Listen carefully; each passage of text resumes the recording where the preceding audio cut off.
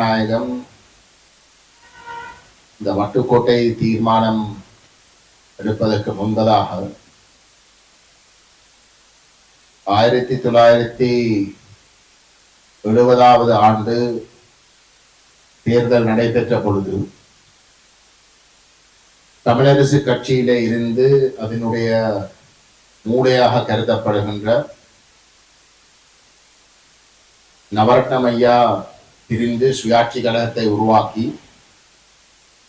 தனித்தமிழீழம் என்ற கோட்பாட்டை முன்னிலைப்படுத்தி அந்த 70வது ஆண்டு தேர்தலிலே போட்டியிட்டது. ஆனால் அந்த தனித்தமிழீழ கோட்பாட்டை நிராகரிக்க வேண்டும் என்று கூறி அந்த செல்வநாயகம் அவர்கள் 70வது ஆண்டு தேர்தலில் போட்டியிட்டு தமிழரசு கட்சி அமோக வெற்றி பெற்றிருந்தது. தமிழ் மக்களுக்கு ஒற்றையாட்சி தான் பிரச்சனை, ஒற்றையாட்சி முறைமை இருக்கின்ற வரைக்கும் தமிழ் மக்களுக்கு விமோசனம் கிடையாது, தமிழ் இன அழிப்பை தடுத்து நிறுத்த முடியாது,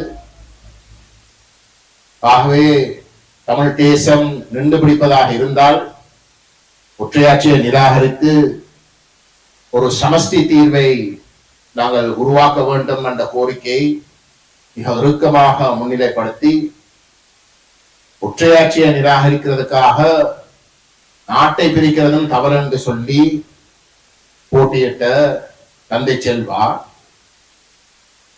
அந்த 70வது தேர்தல் முடிவடைந்ததுக்கு பிற்பாடு இலங்கையினுடைய முதலாவது குடியரசு அரசியலமைப்பு தயாரிக்கப்படுகின்ற பொழுது தமிழரசு கட்சி சமஷ்டி கோட்பாட்டை அந்த அரசியல் நிர்ணய சபையிலே முன்வைத்த பொழுது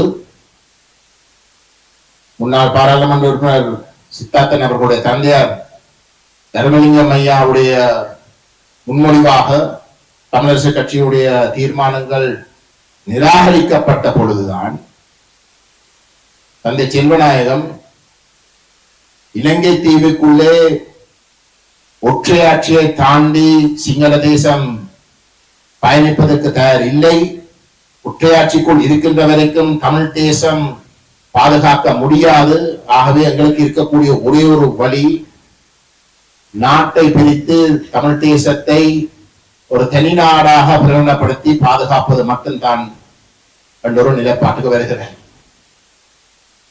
அந்த நிலைப்பாட்டுக்கு மக்கள் ஆணையை பெறுவதற்கு அவர் தன்னுடைய 70வது ஆண்டில் அமோக வெற்றி பெற்ற காங்கேசன்துறை தொகுதி வேட்பாளராக இருந்த பொழுதிலும் அவர் அந்த பதவியை தூக்கி எறிந்து அந்த காங்கேசன்துறைக்கு ஒரு பை எலெக்ஷனை நடத்துவதற்கு அவர் பணிக்கிறார். அந்த தேர்தல் நடைபெற்றால் தமிழ் மக்கள் ஏகோபித்த அளவுக்கு தமிழரசு கட்சியினுடைய தலைவர் செல்வநாயகம் அவர்களுக்கு வாக்கை வழங்குவார்கள் என தெரிஞ்சு கொண்டு அந்த தேர்தலை நடத்தாமல் கிட்டத்தட்ட 2 வருடங்கள் இழுத்தவை அரசாங்கம். இறுதியிலே ஜனநாயக உரிமைகளை பறிக்க முடியாது என்ற ஒரு நிர்பந்தம் ஏற்படுகின்ற இடத்திலே அந்த தேர்தல் நடைபெறுகின்றது. தந்தை செல்வநாயகம் அமோக வெற்றி பெறுகின்றார். அந்த வெற்றிக்கு பிற்பாடு அவர் பாராளுமன்றத்தில் ஆற்றின உரை ஏன் தனித்தமிழீழம் அவசியம் என்றதற்கு இன்றைக்கும் ஒரு மிக சிறந்த ஒரு உரை. அண்மை காலமாக தந்தை செல்வநாயகம் அவர்களுடைய நினைவு கூட்டம் ஒன்று நடைபெற்றது. அந்த நினைவு கூட்டத்திலே அந்த தந்தையினுடைய கொள்கையை முற்றிலும் நிராகரிக்கின்ற வகையிலே ஒரு பேருரை என்று நடைபெற்றது. சமஷ்டி என்று கோருவதே தவறு என்ற அளவுக்குத்தான் அந்த பேருரை இருந்தது. சமஷ்டி என்பது மட்டுமல்ல, சிங்கள மக்களை புண்படுத்த கூடாது, சிங்கள மக்களை எதிரியாக்க கூடாது, நாங்கள் எந்த அளவு தூரத்துக்கு சிங்கள மக்களை அரவணைத்து போகுவோம் என்று நினைத்த தந்தை செல்வநாயகம் தனக்கு தெரிந்த பாதைகள் ஊடாக சென்று சிங்கள மக்களை எதிரியாக்காமல் என்னால் இயன்ற அளவுக்கு விட்டுக் கொடுப்பதை செய்து தமிழ் மக்களுடைய உரிமைகளை பாதுகாக்க வேண்டும் என்று விரும்பி அந்த அத்தனை முயற்சியுடன் தோல்வி அடைகின்ற இடத்திலேதான் அவர் தன்னுடைய மனம் உடைந்து அவர் வட்டுக்கோட்டை தீர்மானத்தை எடுப்பதற்கான அத்திவாரங்களை போட தொடங்குகிறார். அந்த இடத்துல அகில இலங்கை தமிழ் காங்கிரஸ் எனக்கு தெரிஞ்ச அரசியலையும் தோல்வி அடைந்து சிங்கள மக்கள் நிராகரித்து தமிழ் மக்களுக்கு தமிழ் காங்கிரசுக்கு தெரிந்த பாதையையும் ஏற்க தவிர தமிழ் காங்கிரசும் தமிழரசு கட்சியும் இணைந்து தமிழருக்கு இருக்கக்கூடிய ஒரே ஒரு பாதையாக பட்டுக்கோட்டை தீர்மானத்தை நிறைவேற்றுகிறார். அந்த தீர்மானத்துக்கு வேலன் சுவாமிகள் குறிப்பிட்டதை போன்று அரியநேந்திரன் குறிப்பிட்டதை போன்று தமிழ் மக்கள் அமோக ஆணையை வழங்குகிறார்கள். 1977 ஆண்டு திரும்பவும் ஒரு தேர்தல் நடைபெறுகின்ற பொழுது அந்த தேர்தலிலே ஐக்கிய தேசிய கட்சி அமோக வெற்றி பெறுகின்றது. ஐக்கிய தேசிய கட்சி ஒரு புதிய அரசியலமைப்பை உருவாக்குவதற்கு ஆணையை கேட்டு வெற்றி பெறுகின்றது. தெற்கில் ஐக்கிய தேசிய கட்சிக்கு ஆணையை வழங்கினதாக சொல்லப்படுகின்ற ஐக்கிய தேசிய கட்சிக்கு கிடைத்த அந்த வாக்கு வீதாசாரத்துக்கும் கூட பெரிய அளவிலான வாக்கு வீதாசாரம் வடகிழக்கில் இருக்கக்கூடிய தமிழ் மக்கள் தமிழர் விடுதலை கூட்டணிக்கும் தமிழர் விடுதலை கூட்டணியை எதிர்த்து ஆனால் தமிழீழ கோட்பாட்டை வலியுறுத்தின நவரட்னம் ஐயா சுயாட்சி கழகம் போல அகில இலங்கை தமிழ் காங்கிரஸ் போல கட்சிகளின் வாக்குகளையும் சேர்த்து பார்த்தால் ஐக்கிய தேசிய கட்சி ஒரு புதிய அரசியலமைப்பு 67 ஆண்டு நிறைவேற்றுவதற்கு விட ஒரு மகத்தான ஆணையை தமிழீழத்துக்கும் வட்டுக்கோட்டை தீர்மானத்துக்கும் தமிழ் மக்கள் 77 வழங்கினார். ஆகவே ஜனநாயக ரீதியாக எடுத்து பார்த்தால் தமிழ் மக்களுக்கு கிடைத்த ஒவ்வொரு சந்தர்ப்பத்திலையும் தமிழ் மக்கள் தங்களுடைய உரிமைகளுக்காக விட்டு கொடுக்காமல், ஆனால் அதே நேரம் எந்த அளவு தூரத்துக்கு சிங்கள மக்களோடு சேர்ந்து பயணிக்கலாமோ சேர்ந்து பயணிக்கிறதுக்கு முடிவெடுத்து அது அனைத்தும் திட்டமிட்டு தோற்கடிக்கப்படுகின்ற ஒரு இடத்திலேதான் அவர்கள் பட்டுக்கோட்டை தீர்மானத்திலே அந்த அமோக ஆணையை வழங்குகிறார்கள். இன்றைக்கு வட்டுக்கோட்டை தீர்மானம் நிறைவேற்றின அண்டையான் சூழலுக்கும் கூட 100 மடங்குக்கு மேலாக தமிழ் தேசம் இன்றைக்கு ஒரு கேள்விக்குட்படுத்துகின்ற வகையிலே சிங்கள அரசு நடத்தி கொண்டிருக்கின்றது. உயிர்களை நாங்கள் மிகப்பெரிய அளவில் இழந்திருக்கின்றோம். பட்டுக்கோட்டை தீர்மானம் நடைபெற்ற பொழுதும் இந்நாளிப்புகள் நடைபெற்றுக் கொண்டிருந்தன.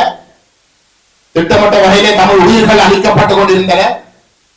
ஆனால் அன்றைக்கு அளிக்கப்பட்ட உயிர்களோடு இன்றைக்கு முள்ளிவாய்க்கால் நடைபெற்று தமிழின் அழிப்பு நடைபெற்று இருக்கின்ற இந்த சூழலை ஒப்பிட்டு பார்த்தால் அதுக்கும் கூட 100 மடங்குக்கு மேலா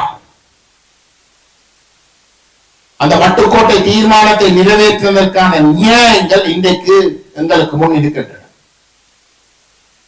அதே போன்று கட்டமைப்பு சார்ந்த வகையிலே தமிழ் தேசத்துடைய இருப்பை உறுதிப்படுத்தக்கூடிய தமிழ் தேசத்துடைய தூண்கள் எங்களுடைய தாயகம் கோட்பாடு, எங்களுடைய தனித்துவமான கலாச்சார கோட்பாடு, எங்களுடைய தனித்துவமான மொழி கோட்பாடு, நாங்கள் எங்களுடைய தாயகத்திலே ஒரு தேசமாக எங்களுடைய வாழ்க்கையை தக்க வைக்கக்கூடிய பொருளாதார கோட்பாடு, இது அனைத்தையும் அளிப்பதற்கு அரசு திட்டமிட்டு செயல்பட்டுக் கொண்டிருக்கின்றது. தமிழர்களுடைய தனித்துவத்தை வலியுறுத்த முடியாத அளவுக்கு தமிழர்களுடைய இருப்பை தக்க வைக்க முடியாத ஒரு நிலைமையை உறுதிப்படுத்துவதற்கு ஸ்ரீலங்கா அரசு போருக்கு பிறகும் கடந்த 17 வருடங்களாக செயல்பட்டுக் கொண்டு வருகிறது.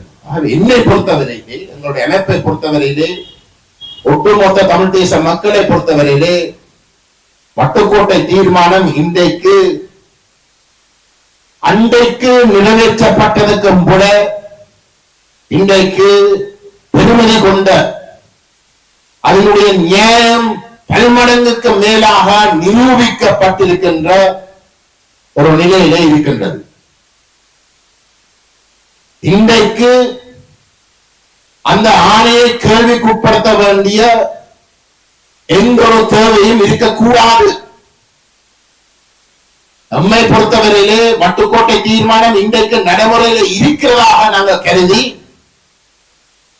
நாங்கள் அந்த தீர்மானத்தை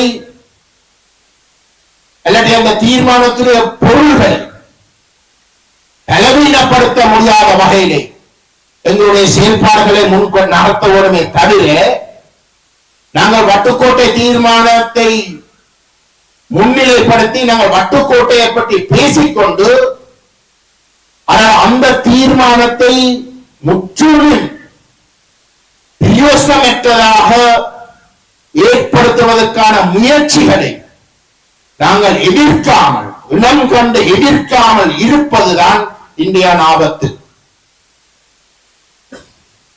பேராசிரியர் GLP அழைத்து தந்தை செல்வநாயகம் அவர்களுடைய பேருரை ஆற்றுவதற்கு அனுமதிக்கிறார்கள் என்றால் எந்த அளவு தூரத்துக்கு இன்றைக்கு அந்த வட்டுக்கோட்டை தீர்மானத்துடைய நியாயங்களை தமிழ் மக்களை நிராகரிக்க பண்றதுக்குரிய வேலைகள் இன்றைக்கு நடைபெற்றுக் கொண்டிருக்கிறதை நாங்கள் விளங்கிக் கொள்ள வேண்டும். எந்த அளவு தூரத்துக்கு தமிழீழம் என்று நாங்கள் ஒரு சிலர் சொல்லிக் கொண்டிருக்கிற நேரத்திலே எங்களுடைய வாக்குகளை பெற்று பாராளுமன்றத்துக்கு சென்றிருக்கிறவர்கள் எந்த தேவைக்காக வட்டுக்கோட்டை தீர்மானம் அவசியமாக கருதப்படுகின்றதோ அந்த ஒற்றையாட்சியங்களை அளிக்கிறது, ஒற்றையாட்சியிலிருந்து விடுவிக்கப்படாமல் இருக்க போவது என்றால் நாங்கள் தனிநாடாக போகாமல் நாங்கள் வேறு வழியே இல்லை என்று சொன்ன நிலைமையை நேர்மாறாக நடைமுறைப்படுத்துவதற்கு இன்றைக்கு ஒற்றையாட்சி முறையை ஏற்றுகின்ற வகையில் அரசியல் நடத்துவது எதிர்க்காமல் இருக்கிறது தான் இன்றைக்கு வட்டுக்கோட்டைக்கு இருக்கக்கூடிய மிகப்பெரிய சவாலும் ஆபத்து. ஆகவே எந்த அளவு தூரத்துக்கு நாங்கள் வட்டுக்கோட்டை தீர்மானத்தை 50 வருடங்களுக்கு பிற்பாடு இன்றைக்கும் அது எங்களுக்கு ஒரு உறுத்தான ஒரு தீர்மானமாக இருக்குது. என்னடா சிங்கள தேசம் தன்னுடைய இன அழிப்பு பாதையில் இருந்து மாறவில்லை என்று நாங்கள் எந்த அளவு தூரத்துக்கு நாங்கள் அதை சுட்டிக்காட்டுகின்றோமோ அதே நேரம் அந்த சிங்கள தேசத்துடைய மனோநிலைக்கு துணை போகின்ற அரசியலையும் நாங்கள் தமிழ் அரசியல் தமிழ் தரப்பில் இருந்து செய்யக்கூடிய அரசியலை இனம் கண்டு தோற்கடிக்காமல் இருப்பதுதான் என்னை பொறுத்தவரையிலே மிகப்பெரிய ஆபத்து. நாங்கள் வட்டுக்கோட்டை தீர்மானத்தை நினைவு கூறி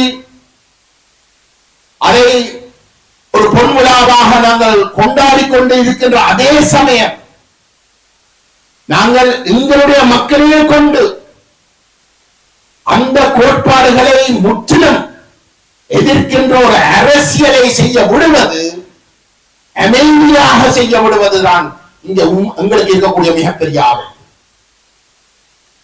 ஆகவே இந்த 50வது பொன் விழாவும் அத்தோடு இந்த முழு ஆண்டும் நாங்கள் எங்களுடைய மக்களுக்கு ஒரு விழிப்புணர்வை செய்கிறது தான் எங்களுடைய உண்மையான நோக்கமாக இருந்தால் எந்த அளவு தூரத்துக்கு தமிழ் தேச இருப்பை அளிப்பதற்கு செயல்படுகின்ற ஸ்ரீலங்கா பேரினவாதத்தை நாங்கள் சுட்டிக்காட்டி அதை எதிர்ப்பதற்கும் தமிழ் இன அழிப்பை தடுப்பதற்கும் நாங்கள் எந்த அளவுக்கு எங்களுடைய மக்களை தயார்படுத்துவோமோ அதே நேரம் எம்மவர்களிலே இருந்து கொண்டு அந்த நிகழ்ச்சிகளுக்கு துணை போகின்ற தரப்புகளையும் நாங்கள் இனம் காண வேண்டும். நான் ஏன் இதை குறிப்பிடுகின்றேன் என்றால் ஒற்றுமை அவசியம் என்பதில் மாற்று கருத்து கிடையாது. ஆனால் இன்றைய யதார்த்தம் அந்த ஒற்றுமை வராமல் இருப்பதற்கு காரணம் அடிப்படையிலே இன்றைக்கு தமிழ் தேசியம் பேசிக்கொண்டு வாக்கை பெற்றிருந்தாலும் கூட எம்பவர்கள் மட்டத்திலே அந்த ஒற்றையாட்சி முறைக்குள்ளே நாங்கள் போய் அதில் இருந்து படிப்படியாக எங்கள் அரசியலை முன்னகர்த்தலாம் என்று சொல்லுகின்ற தரப்புகளும் இருக்கிறார்கள். அந்த தவறான பொய்யான் ஒரு அரசியல் மோசடியை செய்கின்ற பாதையை நாங்கள் நிப்பாட்டாவிட்டால் இந்த ஒற்றுமை என்றதும் நாங்கள் சேர்ந்து என்கிற மக்களை ஒரு தவறான பாதைக்கு கொண்டு சேர்க்கிறதாக அமையும். அது நடக்கக்கூடாது. வேலன் சுவாமிகள் இந்த பொன்விழாவை நடத்துவதற்கும் பட்டுக்கோட்டை தீர்மானத்துடைய முக்கியத்துவத்தை கொண்டு போவதற்கும் எடுக்கின்ற முயற்சி அது அரசுக்கு ஒரு கடும் சவாலை ஏற்படுத்தும் என்பதை மாற்றுகிறது இருக்க முடியாது. அந்த வகையில அவர் எடுக்கின்ற முயற்சிக்கு பின்னாலே நாங்களும் செயல்படுகின்ற பொழுது அது எப்படி என்றாலும் தோற்கடிக்கிறதுக்கு அரசு சிந்திக்கும். பல சவால்கள் கொண்ட ஒரு ஆண்டாக இது நிச்சயமாக இருக்க போகின்றது. அந்த அளவுக்கு நாங்கள் ரிஸ்கை எடுத்து செயல்படுகின்ற இடத்திலே நாங்கள் எடுக்கிற அந்த முயற்சி தோல்வி அடையக்கூடாது. எடுக்கிற அந்த முயற்சிகள் பிள்ளையாரோ தேவைக்காக எம்மவர்கள் மட்டத்திலே தேசியவாதிகளாக தங்களை காட்டிக்கொண்டு தேர்தல் காலத்திலே தேர்தல்கள் இல்லாத நேரத்திலே அந்த தேசியத்துக்கு நேர்மாறாக பயணிக்கிறவர்களை பாதுகாக்கிற வகையிலே இல்லாட்டி அவர்கள் செய்கிற அநியாயத்தை மூடி மறைக்கிற வகையிலே இல்லாட்டி அதுக்கு ஒரு ஸ்பாட்லைட்டை கொடுத்து அதை அம்பலப்படுத்துகிற வகையிலே அதை அம்பலப்படுத்தாமல் இருக்கிற வகையிலே எங்களுடைய செயல்பாடுகள் அமையக்கூடாது. அதை திருத்தவனும் அதை சரியான பாதைக்குள்ள கொண்டு வரவனும் அது ஒரு கொள்கைக்கு பின்னாலே கொண்டு வரணும். அப்படி கொண்டு வருகின்ற இடத்திலே ஒரு அரசியல் கட்சி தலைவர் என்ற வகையிலே நான் உங்களுக்கு வாக்குறுதி இந்த இடத்திலே இருந்து கொடுக்கிறேன். அந்த ஒற்றுமை கண்ட பாட்டிலே உருவாகும். ஆனால் அதை கவனிக்காமல் வெறுமனே நாங்கள் 50 ஆண்டு வட்டுக்கோட்டையை பற்றி மட்டும் சிந்திச்சு கொண்டு அதே சமகாலத்திலே படு மோசமாக எங்களுடைய பேரிலே நடக்க போற அநியாயங்களை எதிர்க்காமல் இருப்பதாக இருந்தால் இறுதியிலே இந்த வட்டுக்கோட்டை 50ஆம் ஆண்டை நினைவு கூர்ந்து நடத்துகின்ற அனைத்து செயல்பாடுகளும் அந்த மோசமான செயல்பாடுகளை அமைதியாகவும் குழப்பாமலும் நடப்பதற்கு வழிவகுக்கிறதாகத்தான் அமையும். தயவு செய்து நாங்கள் அதற்கு இடமளிக்க கூடாது. அந்த வகையிலே இந்த 50வது ஆண்டு நிகழ்வுகள் வெற்றிகரமாக நடைபெற வேண்டும். தமிழர் தாயகத்திலே மட்டுமல்ல, புலம்பெயர்ந்த தமிழ் மக்கள் மட்டத்திலேயும் ஏன் தமிழ்நாட்டிலேயும் இது மிகவும் வெற்றிகரமாக இந்த ஆண்டும் குறிப்பாக இந்த வட்டுக்கோட்டை தீர்மானம் அனுஷ்டிக்கப்பட வேண்டும் என்பதிலே மாற்று கருத்து இருக்க முடியாது. அந்த முயற்சிகளுக்கு நம்முடைய முழுமையான ஆதரவும் பங்களிப்பும் இந்த ஏற்பாட்டாளர்களுக்கு நிச்சயமாக இருக்கும். ஆனால் அரசியலை தவிர்த்து நாங்கள் இந்த பாதையிலே வெற்றி அடைய முடியாது. அந்த சரியான பாதைக்கு எங்களுடைய அரசியலை நெறிப்படுத்துவதற்கு திரு வேலன் சுவாமிகளுடைய தலைமையிலே இந்த முயற்சிகள் அமைய வேண்டும் என்று கேட்டுக்கொண்டு, அதுதான் நாங்கள் இந்த வட்டுக்கோட்டை தீர்மானம் நிறைவேற்றப்படுகின்ற 50வது வருடத்திலே செய்யக்கூடிய மிகச் சிறந்த கடமையாக இருக்கும் என்பதை ஞாபகப்படுத்தி விடைபெறுகின்றேன். நன்றி, வணக்கம். முன்னைய நாள் பாராளுமன்ற உறுப்பினர் திருவாளர் அரியநேந்திரன் ஐயா அவர்களே, நாடாளுமன்ற உறுப்பினர் கௌரவ கையேந்திரகுமார் பொன்னம்பலம் அவர்களே, முன்னைய நாள் நாடாளுமன்ற உறுப்பினர்களாகிய கௌரவ செல்வராஜா கஜேந்திரன் அவர்களே, கௌரவ சரவணவன் அவர்களே, முன்னாள் வடக்கு மாகாண சபை அமைச்சர் திருமதி அனந்தி சசிதரன் அவர்களே, சட்டத்தரணி சுவாஸ் அவர்களே, கலந்து கொண்டிருக்கின்ற ஏனைய ஒவ்வொருவருக்கும் இனிமையான மாலை வணக்கத்தை தெரிவித்துக் கொள்கிறேன். ஈழத்தமிழுடைய வாழ்விலே வரலாற்றிலே ஒரு உன்னதமான உயிர்ப்புள்ள ஒரு வரலாற்று முக்கியத்துவம் வாய்ந்த தீர்மானமாக இந்த வட்டுக்கோட்டை பிரகடனம் அமைகிறது. 50 ஆண்டுகள் கடந்தும் அது உயிர்ப்போடு இருக்கிறது. அது வாழுகிற ஒரு தீர்மானம். அந்த தீர்மானம் இன்று வரை மக்களாணையை பெற்று நிராகரிக்க முடியாத ஒன்றாக மாத்திரமல்ல, ஈழத் தமிழருடைய அபிலாசை அந்த வட்டுக்கோட்டை பிரகடனம் மாத்திரம்தான் என்பதை வலியுறுத்துகிற ஒரு நிகழ்வாக 50 ஆண்டுகள் கடந்தும் அந்த தீர்மானம் தொடர்ந்து அந்த பிரகடனம் முன்னெடுத்து செல்ல வேண்டும் என்கின்ற ஒரு தூய நோக்கத்திற்காக நாங்கள் இந்த இடத்திலே ஒன்று கூடியிருக்கிறோம். வட்டுக்கோட்டை பிரகடனத்தை நாங்கள் தந்தை செல்வா தலைமையிலே அவர்கள் நிறைவேற்றுகிற பொழுது ஏலவே எனக்கு முன்பாக பேசிய உரையாற்றியவர்கள் சொன்னது போல அதனுடைய பின்னணி ஒரு காலத்தின் தேவையாக, ஒரு கால கட்டாயமாக, ஒரு பேரினவாத அரச இயந்திர அடக்குமுறையிலே இருந்து ஈழ தமிழத்தை பாதுகாப்பதற்கான ஒரு இறுதி பரிகாரமாக அந்த வட்டுக்கோட்டை தீர்மானம் வரலாற்றிலே முன்னெடுக்கப்படுகிறது. வட்டுக்கோட்டை பிரகடனத்தை, இந்த பிரகடனத்தினுடைய அந்த தமிழ் மக்கள் ஒரு தேசிய இனம், அவர்கள் சுயநிர்ணய உரிமைக்கு உயிர்த்தானவர்கள், மரபு வழி தாயகத்தை தன்னடத்திய கொண்டவர்கள், இறமையுள்ள இனம் என்பதை உலகிற்கு உரத்து சொன்ன நாள். நாங்கள் வரலாற்றிலே பார்க்கிறோம், ஈழத்தமிழர்கள் தனி தேசத்தோடு இந்த இடத்திலே வாழ்ந்தவர்கள். இலங்கை என்பதோ ஸ்ரீலங்கா என்பதோ ஒரு தனி தேசமாக, ஒரு தனி நாடாக, ஒரு ஒற்றையாட்சிக்கு ஓரரசை கொண்ட நாடாக இன்று வரை வரலாற்றிலே இருந்தது இல்லை. முதல் ஐரோப்பியர்களாகிய போர்த்துகீசர்கள் 1505ஆம் ஆண்டு வருகிற பொழுது இலங்கையிலே 3 அரசுகள் இருந்தது. இலங்கை என்கின்ற ஒரு தீவுக்குள்ளே 3 வேறுபட்ட அரசுகள் இருந்தது. பிரித்தானியர் கண்டி ராஜ்யத்தை 1815ஆம் ஆண்டு கைப்பற்றிய பின்னர் 1833ஆம் ஆண்டு இலங்கையை தங்களுடைய ஒரே ஆளுகைக்கு கீழே கொண்டு வர வேண்டும் என்பதற்காக இந்த நாட்டை ஒன்றுபடுத்தினார்கள். ஒரு நிர்வாக அலகுக்கு கீழே கொண்டு வந்தார்கள். 48ஆம் ஆண்டு அவர்கள் இந்த நாட்டை விட்டு சென்ற பொழுது அதை அவர்கள் தனியாக கொடுக்கவில்லை. ஆனால் இருந்த தலைவர்களும் அதை பிரித்து தரும்படி வலுவாக கோரிக்கை முன்வைக்கவில்லை. அதனுடைய விளைவு கிட்டத்தட்ட 20 ஆண்டுகளுக்கு மேலாக தமிழினம் இந்த தேசத்திலே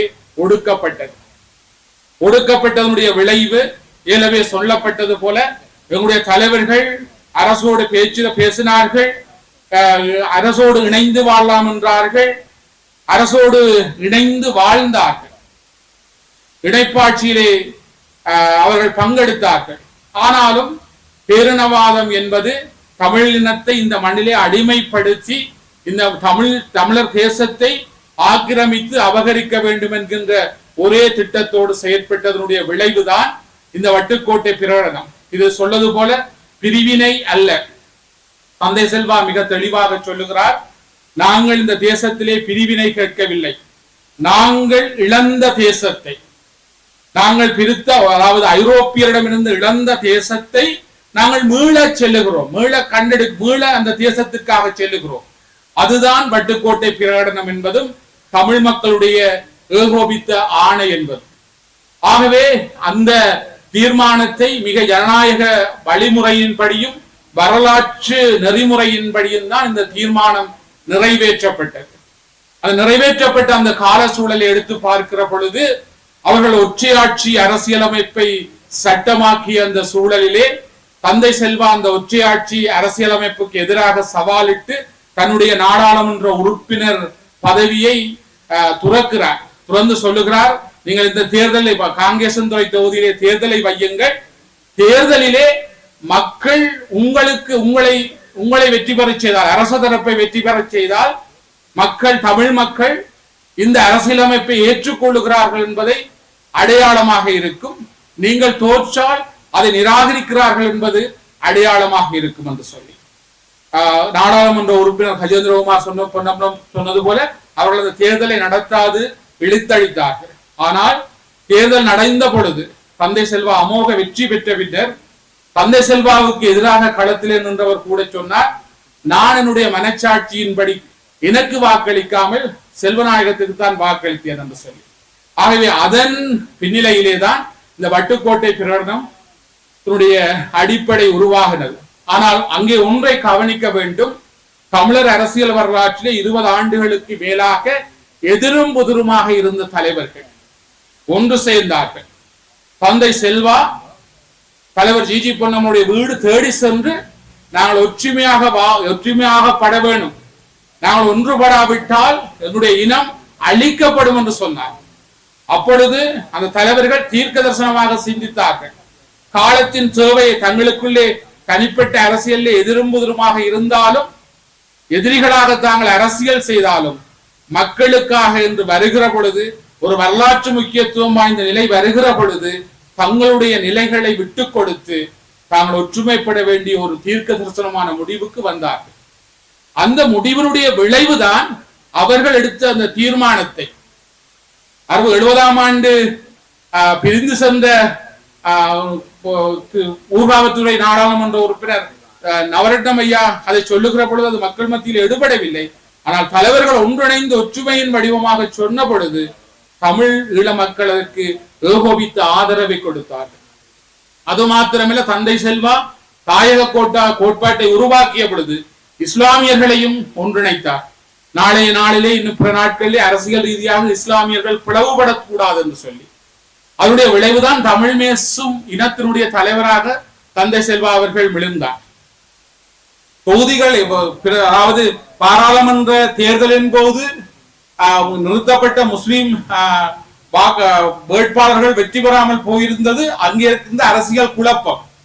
ஆனால் அன்று இஸ்லாமியர்கள் தந்தை செல்வாவுக்கு பின்னால் நின்றார்கள். வடக்கிலும் கிழக்கிலும் அஷ்டப் அவர்கள் கிழக்கிலே உரையாற்றுகிற பொழுது அன்றைய நாட்களிலே தமிழ் விடுதலை கூட்டணி 77ஆம் ஆண்டு தேர்தலிலே சொல்லுகிற பொழுது சொல்லுவார், தந்தை செல்வா இந்த தமிழீழத்தை பெற்று தராவிட்டால் நான் இந்த தமிழத்தை பெற்று தருவேன். அந்த அளவு தூரம் இஸ்லாமிய உறவு ஒன்றிணைக்கப்பட்ட ஒன்றாக இருந்தது. ஆனால் அது உடைந்து போனதும் பிரிந்து போனதும் அது பேரினவாதம் செய்த சூழ்ச்சிகளுடைய விளைவு. ஆனால் நாங்கள் அதை வரலாற்றிலே ஒருபோதும் மறந்துவிடக் கூடாது. கிழக்கிலே அவர்கள் இஸ்லாமிய தமிழ் பிளவுகள் வந்துவிடக் கூடாது என்பதிலே மிக தெளிவாக இருந்தார்கள். ஆகவே நாங்கள் ஒரு தேசமாக சிந்திக்கிற பொழுது பல பிரச்சனைகள் இருக்கலாம், பிரிவினைகள் இருக்கலாம், ஒற்றுமையாக வருகிற பொழுது மக்கள் எப்பொழுதும் ஆதரவு இருப்பவர்களாக இருக்கலாம். நாடாளுமன்ற உறுப்பினர் சொன்னது போல கொள்கை ரீதியிலும் செயற்பாடு ரீதியிலும் பிரச்சனைகள் இருக்கு என்பதை நாங்கள் ஏற்றுக்கொள்கிறோம். ஆனால் அந்த 50வது ஆண்டிலும் இந்த வட்டுக்கோட்டை பிரகடனம் ஒன்று உயிருள்ள ஒன்றாக இருக்கிறது, நிராகரிக்கப்பட முடியாத ஒன்றாக இருக்கிறது. தமிழர் அரசியல் என்பதும் அரசியல் பாதை என்பதும் இந்த வட்டுக்கோட்டை பிரகடனத்தை தாண்டி விட்டோ அல்லது மறுதளித்து விட்டோ அல்லது அதை புறந்தள்ளி விட்டோ செல்ல முடியாத ஒரு வரலாற்று முக்கியத்துவத்திலே நாங்கள் வந்திருக்கிறோம். இந்த முயற்சி எடுக்கப்படுகிறது எதற்காக என்று சொன்னால் அடுத்த தலைமுறைக்கு இந்த வரலாற்றை சொல்ல வேண்டும். இன்று 17 ஆண்டுகளாக ஒரு வரலாற்றிலே இந்த 21ஆம் நூற்றாண்டிலே உலகிலே மேற்கொள்ளப்பட்ட மிகப்பெரிய இன அழிப்புக்கு முகம் கொடுத்து மீண்டெழ துடிக்கிற இந்த ஈழத்தமிழர்களுடைய வாழ்விலே சொல்லனாத துயரங்களும் அரசு எப்பொழுதும் கட்டமைக்கப்பட்ட இன அழிப்பை முன்னெடுத்து சென்று கொண்டிருக்கிறது. இந்த இலங்கை வரலாற்றிலே பார்க்கிற பொழுது எந்த அரசு பெரும்பான்மையாக தெரிவு செய்யப்படுகிறதோ அந்த அரசு மிக மூர்க்கமாக இன அழிப்பை கட்டமைக்கப்பட்ட இன அழிப்பை மிக தெளிவாகவும் மிக மூர்க்கமாகவும் விரைவாகவும் செய்யும். ஆனால் வடிவங்கள் வேறுபட்டிருக்கிறது. 77ஆம் ஆண்டு ஐக்கிய தேசிய கட்சிக்கு பெரும்பான்மை கிடைத்த பொழுது மிகவும் உச்சமாக அந்த இன அழிப்பை செய்தார்கள். இப்பொழுது இருக்கிற அரசும் அந்த கட்டமைக்கப்பட்ட இன அழிப்பை மிக தெளிவாக செய்து கொண்டிருக்கிறது. ஆனால் நாங்கள் ஒற்றுமைப்பட முடியாமல் இருக்கிறது. நாங்கள் அந்த ஒற்றுமைப்பட்டு மக்களாணையை ஏகோபித்த முறையிலே மீண்டும் அந்த வட்டுக்கோட்டை பிரகடனத்தை உயிர்ப்படைய செய்ய முடியாமல் இருக்கிறது எங்களுடைய ஒரு வரலாற்று இயலாமையாக இருக்கிறது. ஆகவே அதை நாங்கள் சிந்திக்க அழைக்கப்படுகிறோம். இது உண்மையாக ஒரு வெறுமனே நினைவு கூறுகின்ற ஒரு நிகழ்வு அல்ல. மாறாக எங்களுடைய வரலாற்றை ஒரு உயிர்ப்போடும் உன்னதமாகவும் அடுத்த தலைமுறைக்கு சொல்லி நாங்கள் அரைகுறை தீர்வுகளிலோ அல்லது விலை போகிற சோரம் போகிற நிலைகளிலோ நாங்கள் இல்லை. நாங்கள் 50 ஆண்டுகளுக்கு முன்பதாக தமிழர் தாயகத்திலே ஒரு தெளிவான தீர்க்க தரிசனம் மிக்க உன்னதமான ஒரு ஆணை வழங்கப்பட்டிருக்கிறது. அந்த ஆணையை அடிப்படையாக வைத்து தமிழ் மக்களுடைய விடிவை நோக்கிய அரசியல் பயணத்தை மிக தெளிவோடு முன்னெடுத்து செல்லப்பட வேண்டும் என்கின்ற நிலைக்கு ஒரு வழிகாட்டுகின்ற அல்லது ஒரு உரமூட்டுகிற ஒரு நிகழ்வை ஒழிய இது ஒரு நினைவு கூறுகிற ஒரு நிகழ்வு அல்ல. அல்லது எந்த விதமான கட்சி அரசியல் என்பது அடிப்படையானது. ஆனால் கட்சி அரசியலுக்கு அப்பாற்பட்டு இன்று ஒரு ஆபத்தான ஒரு சூழல், ஒரு மிகவும் துன்பமான ஒரு சூழலை தமிழினம் எதிர்கொண்டிருக்கிறது. அந்த சூழலில் இருந்து இந்த இனத்தை எவ்வாறு தீர்க்க தரிசனத்தோடு வழிநடத்த வேண்டிய மிகப்பெரிய வரலாற்று பொறுப்பும் ஒரு காலத்தின் கட்டாயமும் எங்கள் மீது சுமத்தப்பட்டுள்ளது. அதனை நாங்கள் உடைய கோட்பாடுகளை, கொள்கைகளை, அந்த கோட்பாட்டில் உள்ள உன்னதமான இலட்சியங்களை, அபிலாஷைகளை நாங்கள் ஒன்றிணைந்து எடுத்து செல்ல வேண்டும். தீமைகள் அகற்றப்பட வேண்டும், சோரம் போகின்ற இலைகள் தவிர்க்கப்பட வேண்டும். ஆனால் இந்த எங்களுடைய கோட்பாடுகளுக்கும் கொள்கைகளுக்கும் பின்னால் இருக்கிற உண்மையும் அதனுடைய நீதியும் தூய்மையும் சிறப்பாக முன்னெடுத்து செல்லப்பட வேண்டும். அதற்காகத்தான் இந்த வட்டுக்கோட்டை 50வது அந்த நிகழ்வை நாங்கள் ஏற்பாடு செய்திருக்கிறோம். ஆகவே பேரினவாதத்திற்கு ஒரு தெளிவான செய்தி சொல்லப்படுகிறது. 50 ஆண்டுகளுக்கு முன்பதாக இந்த தீர்மானம் நிறைவேற்றப்பட்டாலும் இந்த தீர்மானத்தை இல்லாதொழிப்பதற்காக அவர்கள் எத்தனை இன அழிப்புகளையும் எத்தனை விதமான ஒடுக்குமுறைகளையும் அவர்கள் மேற்கொண்டாலும் அந்த தீர்மானம் மக்களானை இன்று வரை உயிர் வாழுகிற ஒன்றாக, இன்று வரை மக்களுடைய உணர்வோடும் உயிரோடும் கலந்த ஒன்றாக இருக்கிறது. ஆகவே இந்த உன்னதமான உயிரோட்டமான இதுதான் தீர்மானம். இதுதான், அதாவது மக்கள், ஈழத்தமிழர்கள், சுயநிர்ணய உரிமை உள்ளவர்கள், அவர்களுக்கு மரபு வழி தாயகம் உள்ளது, தனி தேசம் உள்ள இறமை உள்ள மக்கள் தங்களுடைய நிலைகளை தாங்களே தீர்மானிக்கின்ற அந்த நிலையை மையப்படுத்தி அவர்கள் தங்களுடைய அரசியல் தீர்வை நோக்கி நகர வேண்டுமே ஒழிய பேரினவாதமோ இன்னும் ஒருவரோ தருகின்றவற்றை பெற்றுக் கொள்வதற்கு காத்திருக்கிற ஒரு அரசியலோ ஒரு எதிர்பார்ப்போ மக்களிடத்திலே இல்லை. ஆனாலும் மக்களை ஒருமைப்படுத்தப்பட வேண்டிய, எப்படி 77ஆம் ஆண்டு தலைவர்கள் எடுத்த முடிவும் அந்த தீர்க்க தரிசன பாதையும் வடக்கு கிழக்கு தமிழர் தேசமாக ஒரே கோட்பாட்டுக்காக அவர்கள் ஒரே ஏகோபித்த ஆணையை தந்தார்களோ அதை மீள வலியுறுத்தி அந்த நிலையிலே ஒரு தமிழ் தேசத்து மக்களை ஒன்றிணைக்க வேண்டிய மிகப்பெரிய பாரிய பொறுப்பு எங்களிடத்திலே இருக்கிறது. அது வரலாற்று கடமை. தமிழ் தலைவர்கள் தந்தை செல்வா தலைமையிலே அதை செய்தார்கள். அதை அவர்கள் செய்கின்ற பொழுது பல தியாகங்களும் விட்டுக் கொடுப்புகளோடும் ஒரு தீர்க்க தரிசன சிந்தனையோடும் செய்தார்கள். அவரிடத்தில் இருந்த தீர்க்க தரிசனமும் நேர்மையும் தூய்மையும் ஒரு மக்களாணையாக ஒரு வியாபித்தது. ஆகவே அதை பெற்றுக்கொள்வதற்கு நாங்கள் ஒன்றிணைந்து பயணிக்க வேண்டிய ஒரு கால கட்டாயமும் ஒரு வரலாற்று கடமையும் எங்களுடைய கரங்களிலே தரப்பட்டிருக்கிறது. ஆகவே அதை நாங்கள் சரியாகவும் நேராகவும் முறையாகவும் முன்னெடுத்து செல்ல நாங்கள் அழைக்கப்படுகிறோம். ஆகவே இந்த இடத்திலே நாங்கள் இந்த நிகழ்வை ஆரம்பிக்கிற பொழுதும் அல்லது கூடுகின்ற பொழுதும் ஒரு சில மக்கள் தான் கூடியிருந்திருக்கலாம். ஆனால் மக்கள் தொகை அல்ல, இது கொள்கை உயிர்ப்பானது, உன்னதமானது. அந்த கொள்கை உயிர் வாழுகிற ஒன்று.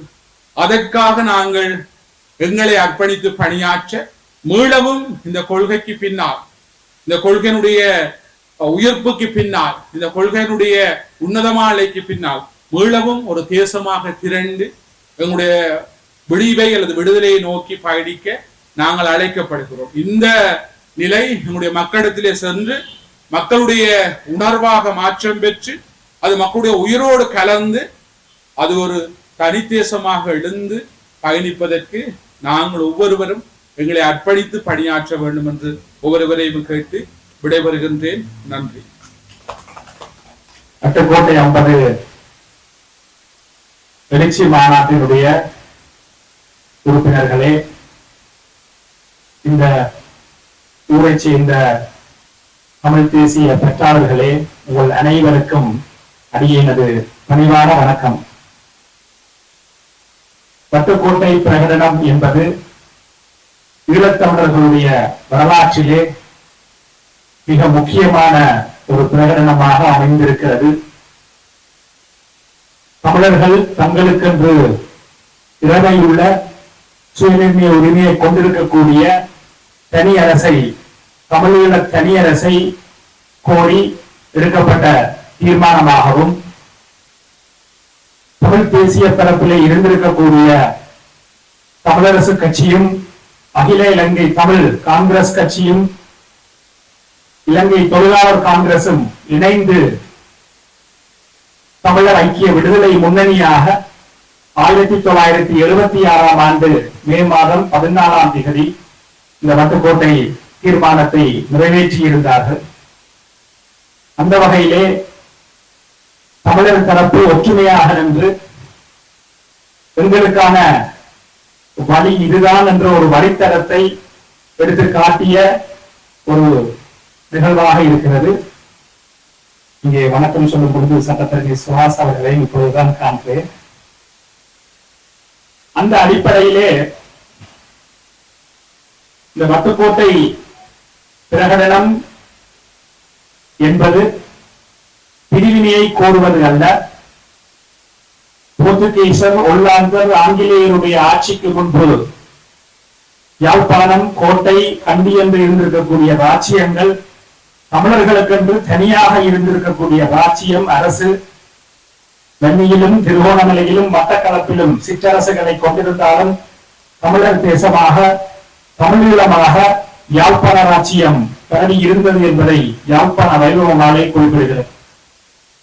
ஆக எங்களுக்கென்று இருந்த அரசை, எங்களுக்கென்று இருந்த நாட்டை, தேசத்தை தான் நாங்கள் கேட்டு இந்த வட்டுக்கோட்டை பிரகடனத்தை நிறைவேற்றி இருக்கிறோமே தவிர,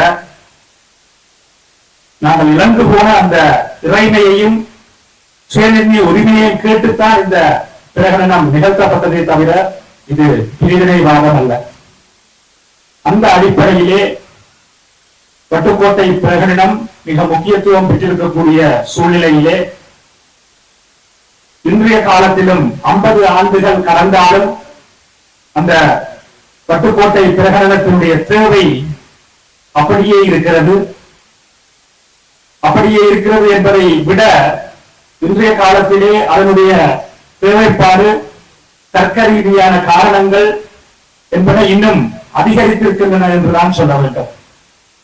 மிகப்பெரிய இன அழிப்பை, முள்ளிவாய்க்கால் இன படுகொலையை கடந்து வந்திருக்கக்கூடிய எமது இனம் கொடுத்த விலைகள் மிக மிக அதிகம்.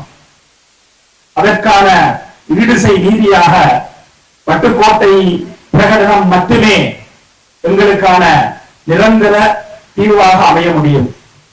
இந்த வட்டுக்கோட்டை பிரகடனம் நிறைவேற்றப்படுவதன் ஊடாகத்தான் மீள நிகழாமை உறுதிப்படுத்தப்படும்.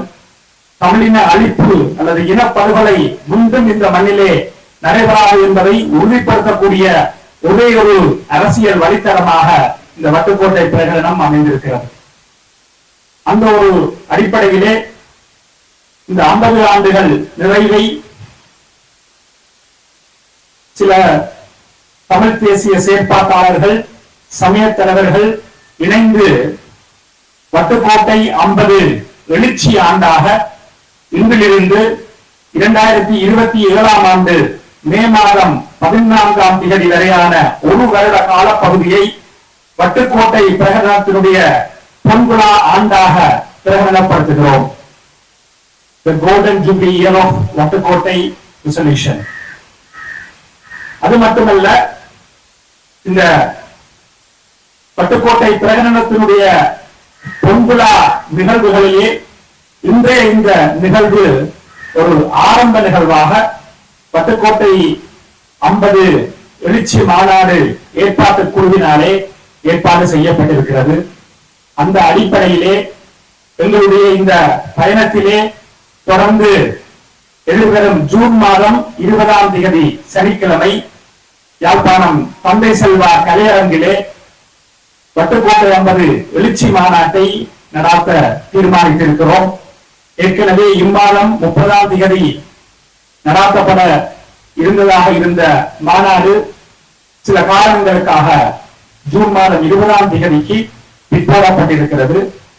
அன்றைய தினம் அந்த நடக்க இருக்கின்ற எழுச்சி மாநாடு இந்த வட்டுக்கோட்டை பிரகடனத்தினுடைய 50வது ஆண்டு நிகழ்வுகளுக்கான ஒரு ஆரம்பமாக அமைய இருக்கிறது. அந்த அடிப்படையிலே வட்டுக்கோட்டை 50 எழுச்சி மாநாட்டுக்கான மாவட்ட மட்ட கலந்துரையாடல்கள் நடைபெற்று மாவட்ட மட்ட ஒருங்கிணைப்பு குழுக்கள் உருவாக்கப்பட்டு அதனுடைய பணிகள் நடைபெற்றிருக்கின்றன. இந்த சந்தர்ப்பத்திலே உங்கள் அனைவரையும் இந்த பணிகளோடு நீங்கள் இணைந்து கொள்ள வேண்டும் என்று அன்பாக உங்களை அன்புரிமையோடு கேட்டு, அது மட்டுமல்ல, இந்த வட்டுக்கோட்டை பிரகடனத்தினுடைய அவசியம், இதனுடைய வரலாற்று பின்னணி இன்றைய காலத்துக்கும் அது அப்படியே இருக்கிறது. இது எல்லாவற்றுக்கும் மேலாக 1977ஆம் ஆண்டு அடுத்த வருடமே நடைபெற்ற பொதுத் தேர்தலிலே மக்களால் வழங்கப்பட்ட ஆணை இன்றும் அப்படியே அது உயிர்ப்புடன் இருக்கிறது. இந்த விடயங்களை எமது உறவுகளுக்கு, குறிப்பாக இளைய சமுதாயத்தினருக்கு எடுத்து செல்லக்கூடிய வகையிலேதான் இந்த ஒரு வருடத்துக்கான நிகழ்வுகளை ஒழுங்கு செய்ய இந்த வட்டுக்கோட்டை 50 எழுச்சி மாநாடு ஏற்பாட்டு குழு தீர்மானித்திருக்கிறது என்பதையும் இந்த உரையிலே தெரிவித்துக் கொண்டு, நாங்கள் அனைவரும் தமிழர்களாக எங்களுடைய இன விடுதலையை நோக்கி, தேச விடுதலையை நோக்கி ஒற்றுமையாக பயணிப்போம் என்று சொல்லி இந்த வட்டுக்கோட்டை பிரகடனத்தை முன்னெடுத்து மக்கள் மயப்படுத்தி மக்கள் அனைவரையும், எங்களுடைய அரசியல் தலைவர்கள், சமய தலைவர்கள், சிவில் சமூக செயற்பாட்டாளர்கள், பாதிக்கப்பட்ட தரப்புகள், மாணவர்கள், இளையவர்கள் என்று அனைவரும் தமிழ் தேசிய நிலையிலே உறுதியாக நின்று அனைவரையும் ஓரணையிலே திரட்டி இந்த எழுச்சியை ஏற்படுத்த வேண்டும் என்றும் 2027 மே மாதத்திலே ஒரு பெரிய எழுச்சி மாநாட்டை மிகப்பெரிய அளவிலே இதனுடைய நிறைவு நிகழ்வாக நடாத்த இருக்கின்றோம் என்பதையும் தெரிவித்து